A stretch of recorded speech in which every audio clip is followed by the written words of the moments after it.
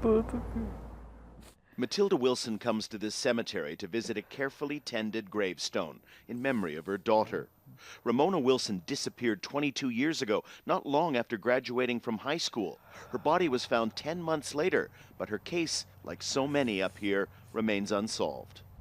That's what really puts a mother down, is that you don't know how long she was alive before they killed her. That's the most difficult part. The first disappearances along the Highway of Tears were nearly 50 years ago, but Canadian federal police didn't set up a major investigation until 2005. We asked the police for an interview, but they turned us down. I don't think Canadians... This ex-policeman runs his own private investigation along the highway. His former colleagues, he says, have spent too much time looking for serial killers. I think that would show that they focused on cases that they thought, or where they thought a serial killer may have been involved, and once they determined that a case didn't involve a serial killer, it got put aside, like it's been put aside for 30 years.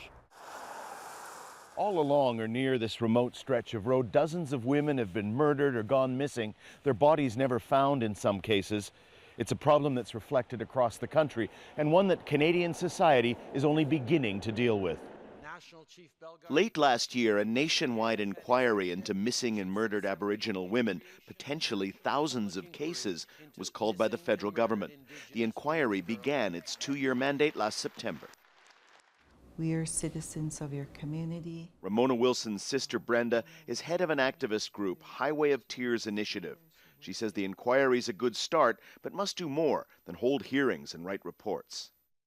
Sure, you're going to take your time and do this, national inquiry, but is it going to be followed through? Is it going to be complete? Are we really going to get something out of it?